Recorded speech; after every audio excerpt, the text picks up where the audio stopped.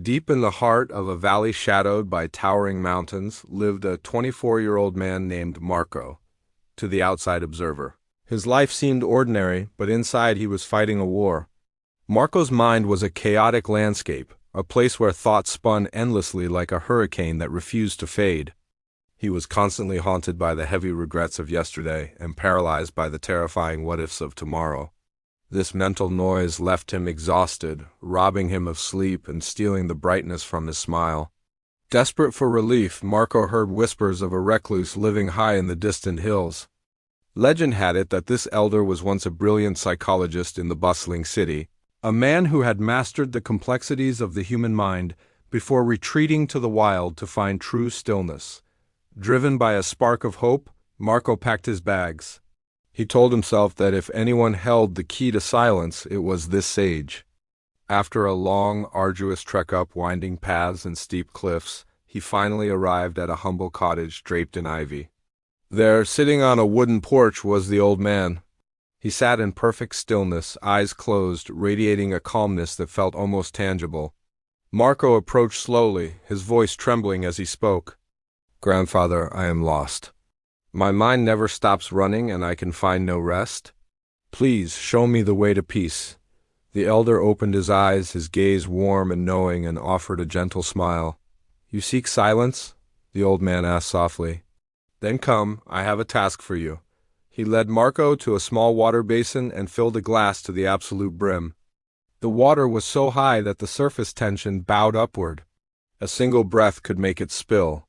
Placing the glass in Marco's shaking hands, he instructed, "Walk through the village market to the edge of the road and return to me. But be warned, if a single drop falls, you have failed." Marco stared at the glass, terrified, but he nodded. He gripped the vessel with intense concentration. The village road was a riot of activity. Vendors were shouting their prices, children were chasing each other with loud laughter, and carts were rattling over the cobblestones. But Marco saw none of it. His entire universe had narrowed down to that fragile rim of water. He took one slow, deliberate step after another, his breath steady, his focus absolute. Minutes felt like hours, but finally he stood back before the porch, the glass still perfectly full. "I did it," Marco exhaled, a look of triumph on his face. "Not a single drop was lost." The old man nodded, pleased. "Well done. But tell me, Marco, did you see the boys playing by the fence? Did you hear the stray dogs barking at the carts?" Marco blinked, confused. "No, grandfather. I didn't see or hear anything. My mind was locked entirely on the glass." The old man's smile widened, and he leaned in closer. "That, my son, is the secret you have been searching for.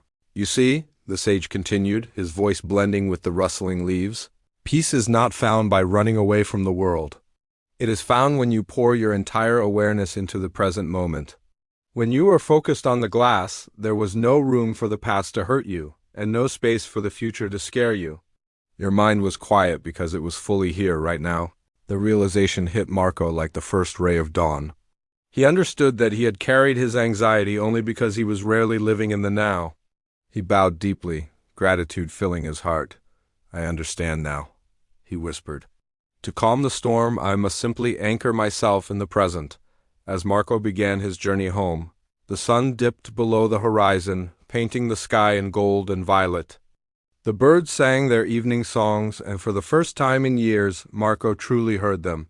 He was no longer a prisoner of his thoughts, he was free. If this story brought a moment of calm to your day, please tap the like button and share it with someone who might need a little peace. Remember to subscribe to the channel so we can continue this journey of wisdom together. Thank you for watching, and until next time, stay present and stay peaceful.